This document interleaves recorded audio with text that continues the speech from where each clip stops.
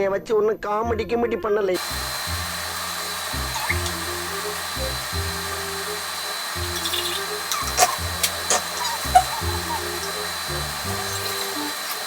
காலையில என்ன விளையாட்டு காட்டுறாங்க, எப்படி எல்லாம் சோதிக்கிறாங்க.